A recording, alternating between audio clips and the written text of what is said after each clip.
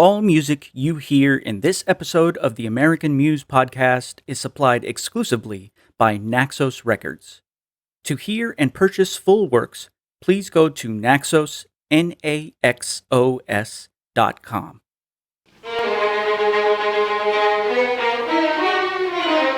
Welcome to American Muse podcast, where we explore hidden secrets in the landscape of 19th and 20th century American orchestral music. Your host is Dr. Grant Gilman, conductor, violinist, and author based in Atlanta, Georgia. In each episode, Grant unearths a fresh orchestral work by an American composer you may not even know. And by the end, we hope you are a new fan of the composer and their music. Now, your host, Maestro Grant Gilman.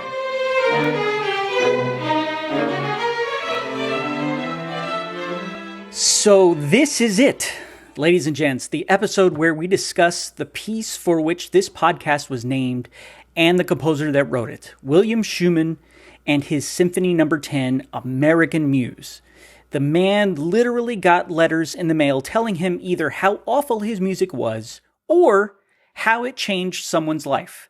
Were he still alive today, I would absolutely send him a physical letter thanking him for so dramatically affecting my own life. Ironically, I did in fact send his two children, Andrea and Anthony, physical letters to ask for their permission to use the music you just heard at the beginning of this podcast. Anyway, let's talk about this man and his fantastic compositions. I first heard music by William Schuman when I was an eager young musician in middle school. I listened to his Symphony No. 5, performed by Leonard Bernstein and the New York Philharmonic String Section, recorded on a vinyl record. I kid you not. The opening bars explode with energy and melodic creativity unlike I had ever heard. It was forceful, bold, full of life. It drew me in, and to this day has not let go.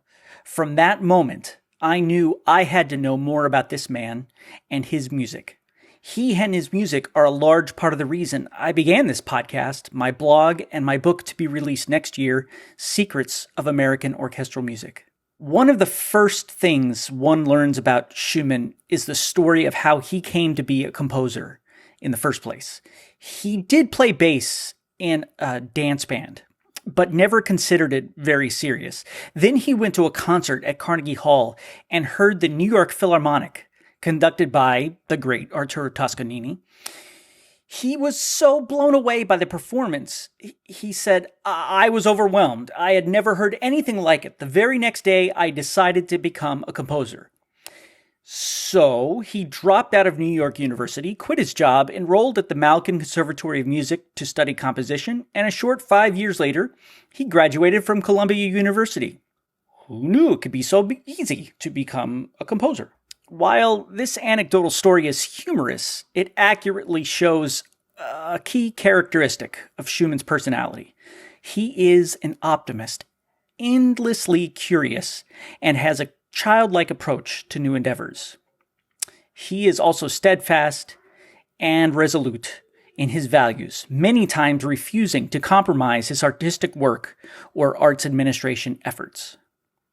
Though not all of William Schumann's biographical history is pertinent here, some key positions and career events, as well as insight into his composition process, help to contextualize the unique nature of the man and his music. One fortuitous happenstance came at the beginning of his journey to become a composer. In 1930, primed by having just attended his first orchestral concert, Schumann saw a sign for the Malkin Conservatory, walked in, and according to him, registered for a course in harmony because he had heard somewhere that composers began by studying harmony. Just like that. This placed him with Max Persson, a teacher more interested in discovering the intricacies of each individual piece rather than regurgitating from, quote, a textbook of dull orthodoxy. Not long after earning a teaching degree from the Columbia University Teachers College, Schumann carved out a teaching and administrative position at Sarah Lawrence College. The way in which this came about is characteristic of Schumann's free-form thinking and commitment to the highest quality in any endeavor he undertook. Schuman convinced the president and faculty advisory committee on appointments at Sarah Lawrence to make him the one-man coordinator working from a single focal point on a new set of freshman-focused courses. Schuman connected with the faculty and administration at Sarah Lawrence on a philosophical level, influenced by the progressive education movement of John Dewey and the concept that, quote, making knowledge one's own was the central goal of education. This desire for individuality and freedom from convention carried over into Schumann's composing. Keenly aware of contemporary trends, Schumann casts the, quote, emergence of a contemporary tonal language in the 20th century as a musical revolution. Referring to contemporary composers, presumably including himself, Schumann posits, the process of seeking a way of creating fresh sounds is a natural one for a truly creative musician. It may be conscious or subconscious, or both, but whatever the process, the result is innovative in musical speech. Even Copland recognized the boldness of Schumann's work, describing it as, quote, music of tension and power, and expounding on his rhythmic writing as so skittish and personal, so utterly free and inventive. Schumann's commitment to his own musical and educational standards resulted in his being tapped as president of Juilliard in 1945. Schumann was reluctant to even consider the post because, as Steve Swain puts it in his biographic work, Orpheus in Manhattan, quote, he could see no possible marriage between Juilliard's hidebound, rote education and the progressive, student-oriented approach that he enjoyed at Sarah Lawrence. Partly due to his honesty expressed to Juilliard's board of directors, Schumann was offered and eventually accepted the position. As a sign of the school's desire for change, Schumann immediately made drastic alterations to the Juilliard curriculum and faculty. One program he spearheaded is particularly of note here. Showing his independent thinking and will to move forward, Schumann explains his educational philosophy. The first requisite for a musician in any branch of the art is that he be a virtuoso listener. It has been a student who is adept at the writing of melodic dictation may be incapable of listening to a symphonic composition with an understanding of its design. In other words, an inability to hear the component parts of the language of music does not ipso facto mean integrated understanding, an understanding that can only be achieved when the whole work is clearly viewed as the sum of these parts. In an effort to replace conventional theory with more meaningful studies, the Juilliard School has discontinued its theory department and added to its curriculum a new department, Literature and Materials of Music. That is pretty amazing. I cannot imagine any school today eliminating their music theory department. This is the kind of ideology Schumann applied to his composition and administrative roles. In a 1986 interview, Schumann illustrates the interconnected nature of all his endeavors. Quote, composition has been the continuum of my life's work, but it's been by no matter of means my sole pursuit. I would never be happy just being a composer. I've always wanted and needed to do other things of a general societal nature. Even through his compositional process, Schumann shows his independent thinking, intending not to be bound by the limitations of both his piano skill and of the instrument itself. According to a biography written by Vincent Persichetti, Schumann, quote, writes for the instruments of the orchestra directly, sings the parts at the top of his lungs because his music is essentially melodic. He does, however, use the piano for new vocabulary departures, that is, for experimentation.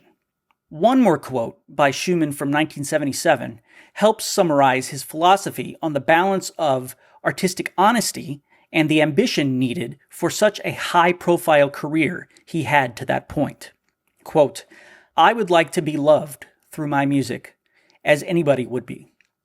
But I recognized that this was not necessarily to be the case, and it would be much better to be despised and write what you want than to be loved and write what you didn't want.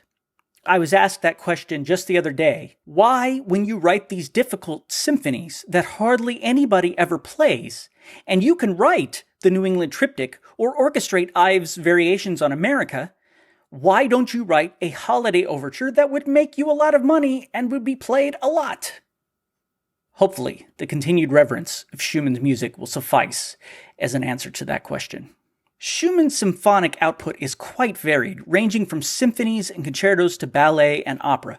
Schumann got the most mileage out of his symphonies, and he admittedly put most of his focus on their creation.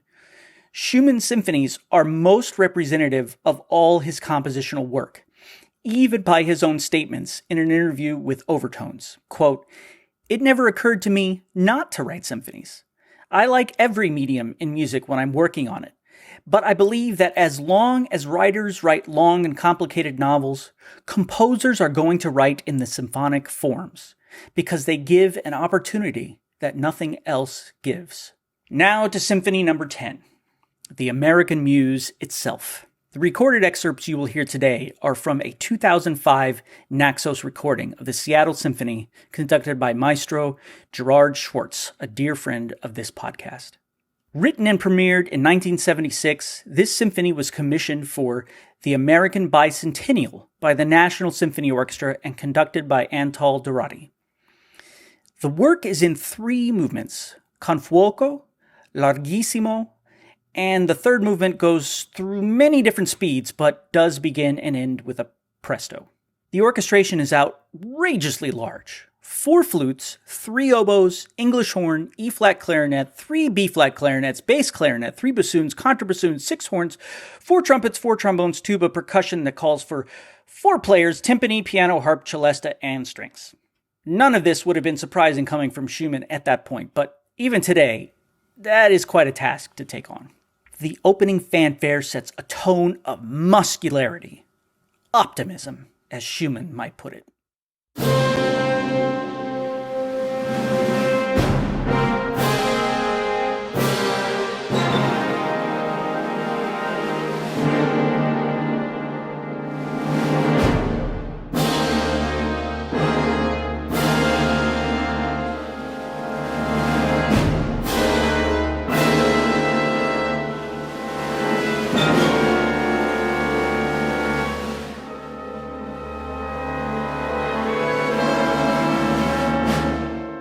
And then gives way to a mostly brass chorale, punctuated by moments of woodwind interaction.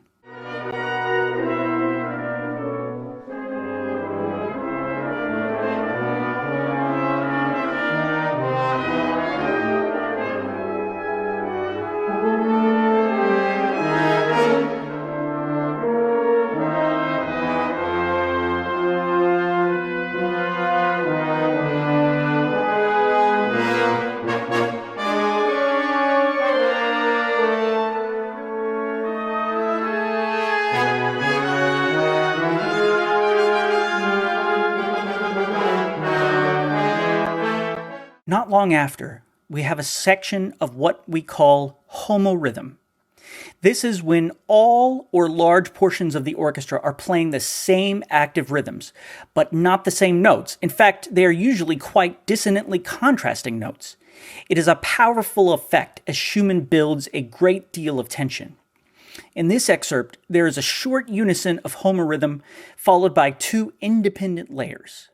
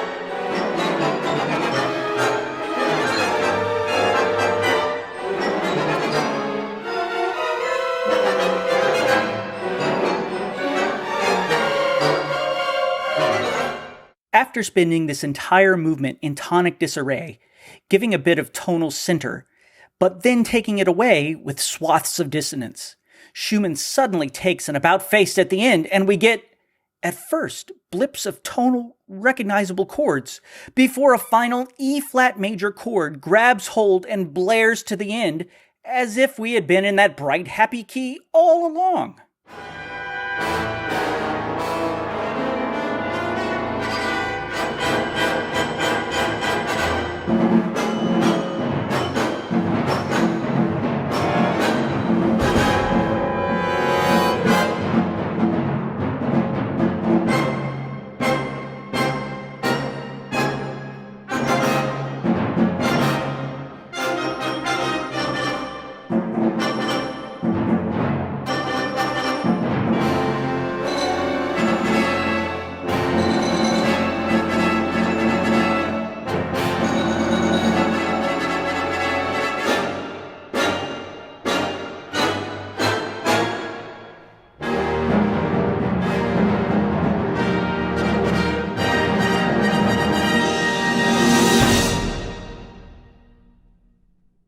I love that moment. The second movement, Larghissimo, is a work of beauty, but you have to stick with it. Schumann lets his slow movements develop as organically as possible from the simplest of musical aspects. Here, he begins basically with a chord cluster, again moving only in homorhythmic motion, and very slowly at first, while the violas and then cellos take the lyrical line, which again does not change very much at all, but makes big glissando jumps when it does.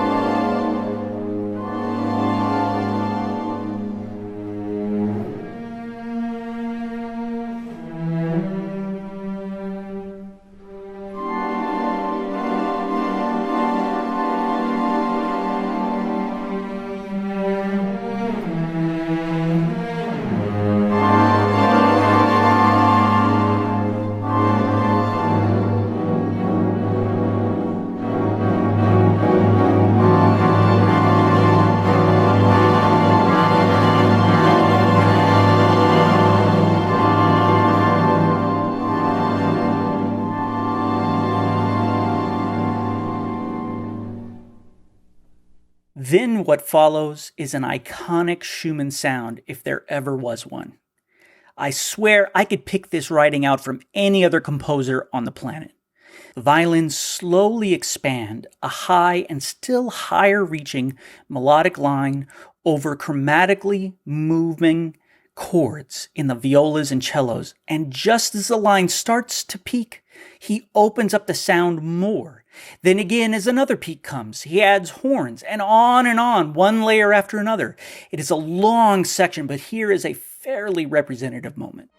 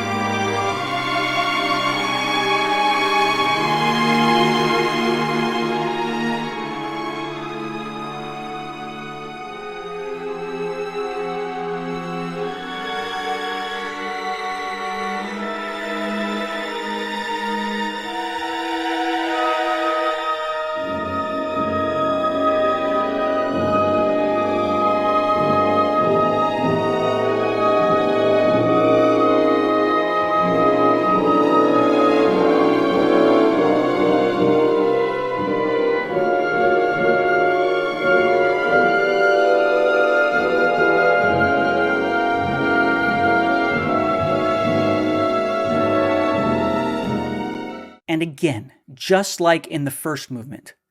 Though this movement isn't quite so tonally wandering.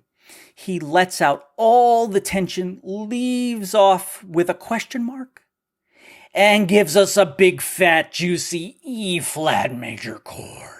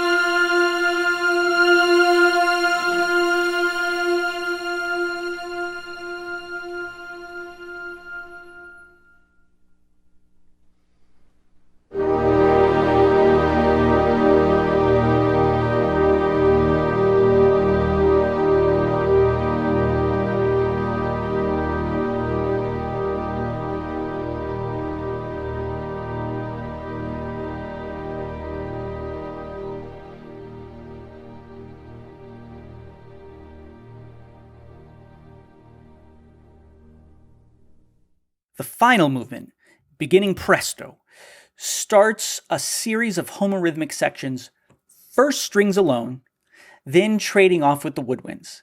The activity begins with much space, but quickly becomes lively, almost furious.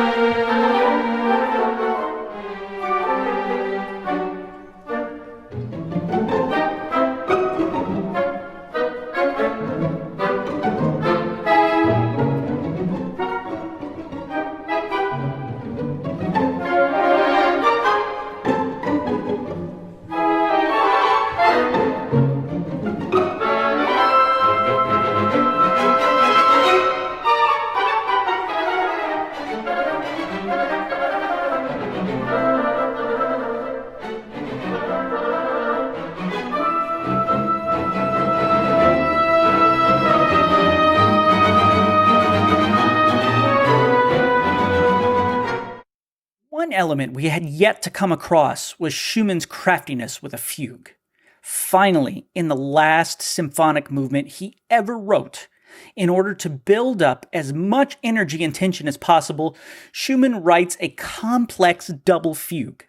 This is not a tightly formed, rule-following Bach-like fugue you would expect, but most of the elements you would normally expect are there. It gives him the chance to push forward and pull back at will. One theme is very active, harmonically and rhythmically, while the other is long held out notes with little movement.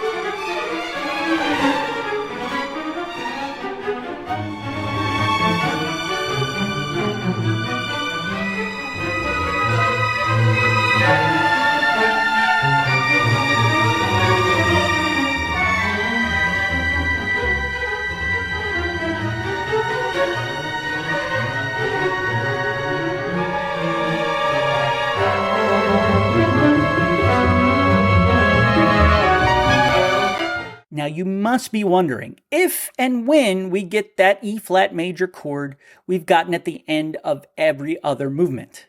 We do! And in similar fashion, Schumann prefaces it with heavy dissonance and confusion. This time, though, the final brilliant chord arrives and finishes in full fanfare. Instant standing ovation.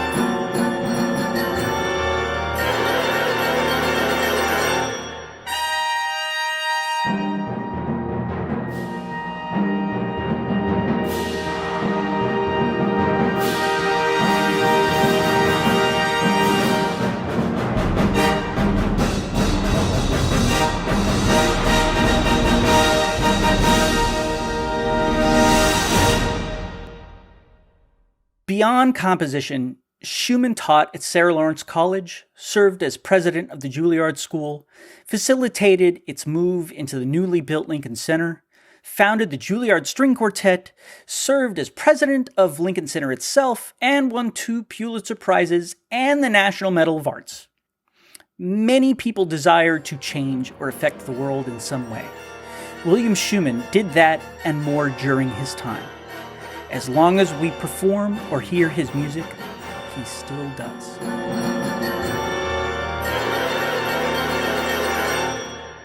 If you like what you have heard and want to support the advocacy of American orchestral music, please consider signing up to donate regularly at patreon.com for our continued production of this podcast. Also, subscribe for updates wherever you get your podcasts so you don't miss an episode.